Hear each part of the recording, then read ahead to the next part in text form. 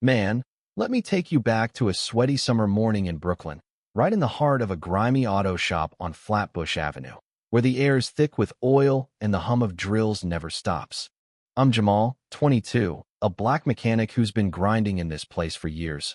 Always the guy under the car, fixing what nobody else wants to touch, while the older techs sip coffee and sling jokes about my age, my skin, whatever gets a laugh. It's the kind of spot where you keep your head down. 'Cause speaking up gets you nowhere, trust me. I learned that the hard way. But this one day, everything changed, and I mean everything. This dude bursts in, big guy, leather vest, tattoos crawling up his neck like a road map, looking like he just rolled out of a biker gang. He's panting, eyes wild, begging for someone to fix his motorcycle, says his kid's in the ER, hit by a car, and he's got to get to her now. The shop goes quiet, not the good kind, but that tense, judgmental silence, you know? The receptionist, Tammy, barely looks up, just mutters, "Take a seat, we're busy." Like this guy's some nobody. Customers shift in their chairs, whispering, "Who let him in?" And I'm just watching, my gut twisting. 'Cause I know that look, he's got panic, sure, but also that sting of being sized up and thrown out before you even get a chance. Nobody moves.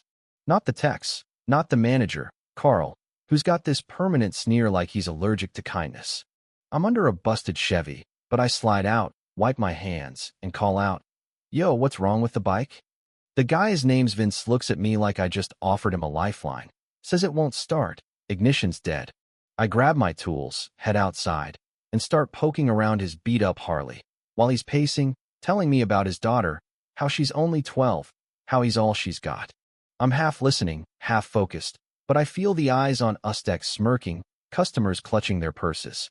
Then Carl storms over, face red, barking, "Jamal, who the hell said you could touch that bike? No ticket, no work, you know the rules." I stand up, keep my voice steady. "Man's kid is in the hospital, Carl. Takes 10 minutes to check a spark plug." He gets in my face, hissing, "This ain't a charity, kid. You're done. Done." Just like that. 2 years of double shifts, eating their crap, and I'm out for helping a guy who didn't fit their mold.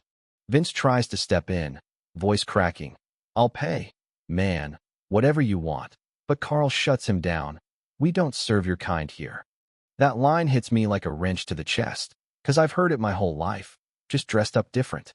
I pack my tools, hands shaking not from fear, but from this fire inside, this clarity that I'm not the problem here. Vince shakes my hand, mutters, "I'm sorry, kid." And I just say, "Ain't your fault they can't see us." I walk out, the bell above the door jingling like a goodbye, and the Brooklyn air hits me, cold and sharp.